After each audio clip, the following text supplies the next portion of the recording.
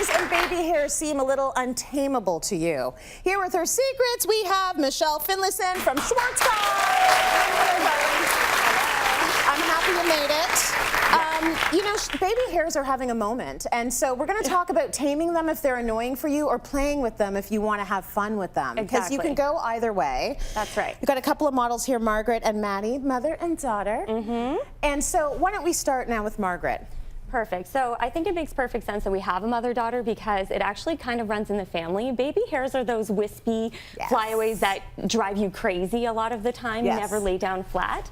And so on Margaret, she has just those kind of stubborn hairs all through the sides and in the front.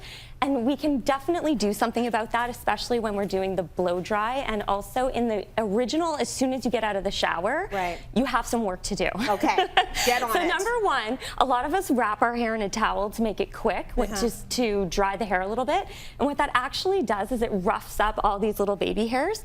So what you actually want to do is immediately comb your hair, part it, and put it in the place that it should be going. Even tuck it tightly behind the ears so that the hair listens when it's wet. So that's number one. Number two, you're gonna not believe this, but what you want to do is instead of blow drying it flat against your head this way, try for 1 minute taking your brush and just flattening, this is gonna feel weird for you, but flattening them across the forehead. So if you can see on the side here, oh yeah, real good look, So what that does to the regrowth is it stops it from wanting to do that same curve that it always does, where they curve and then forward into like curls.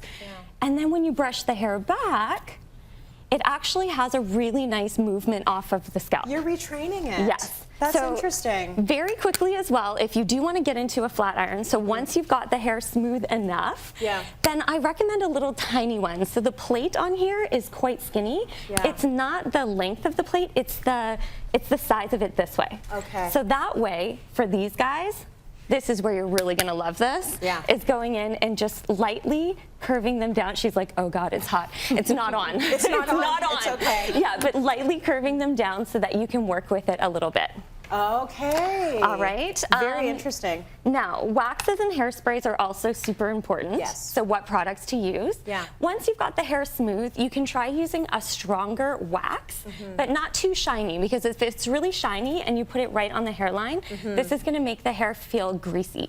And when you use a wax, guys, you need to warm it up, like significantly. Really? So instead of taking, obviously, this and putting it directly onto the hair, massage it. I'm gonna warm it in my hands, really massage it in until there's nothing. And then I'm gonna work that into the sides and the hairline so that we're nice and clean. Moving to Maddie now, and we're gonna play a little bit with her baby hairs, because every black girl out there has had like hair laid from about age 5. Like we work those baby hairs in a part of the look, and you see it mainstream now. Everybody's doing the baby hairs, so you can have a lot of fun with it. How old are you, hun? 20 years old. See, like young, it's a fun thing you can do. So let's talk about her baby hairs. Perfect. Okay, so baby hairs most often are genetic, but sometimes it is breakage, unfortunately. It is breakage. But we still need to deal with the look of the hair. So if we're wanting to make it very, very smooth, here's a little tip. You may or may not have seen this before. But it's a toothbrush. Yes, it's a toothbrush.